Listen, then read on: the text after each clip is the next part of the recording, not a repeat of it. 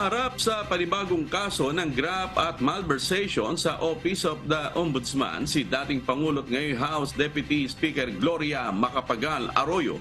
Ito'y matapos ihain ng dalawang consumer advocacy group, partikular ang National Association of Electricity Consumers for Reforms Incorporated o NASECORA at ang boses ng Consumer Alliance Incorporated o BKAI ang reklamo dahil sa umunoy iligal na paggamit ng bilyong pisong Malampaya Fund.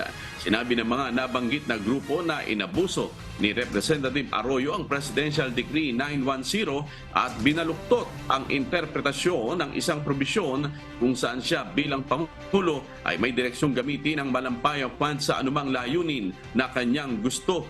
Ayon sa NASECOR, pinabayaan ng dating Pangulo ang patakaran ng batas ng utusan niyang gusto.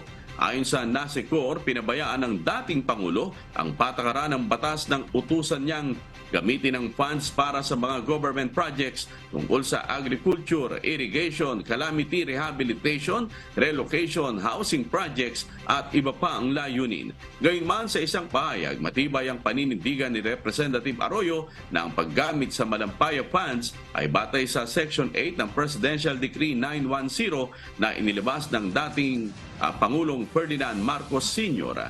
Noong 2016, iniwan ng dating ombudsman na si Conchita Carpio Morales na walang sala si Representative Arroyo at tatlong ibang individual sa kasong plunder kaugnay ng 900 million pesos na Malampaya Fund scam.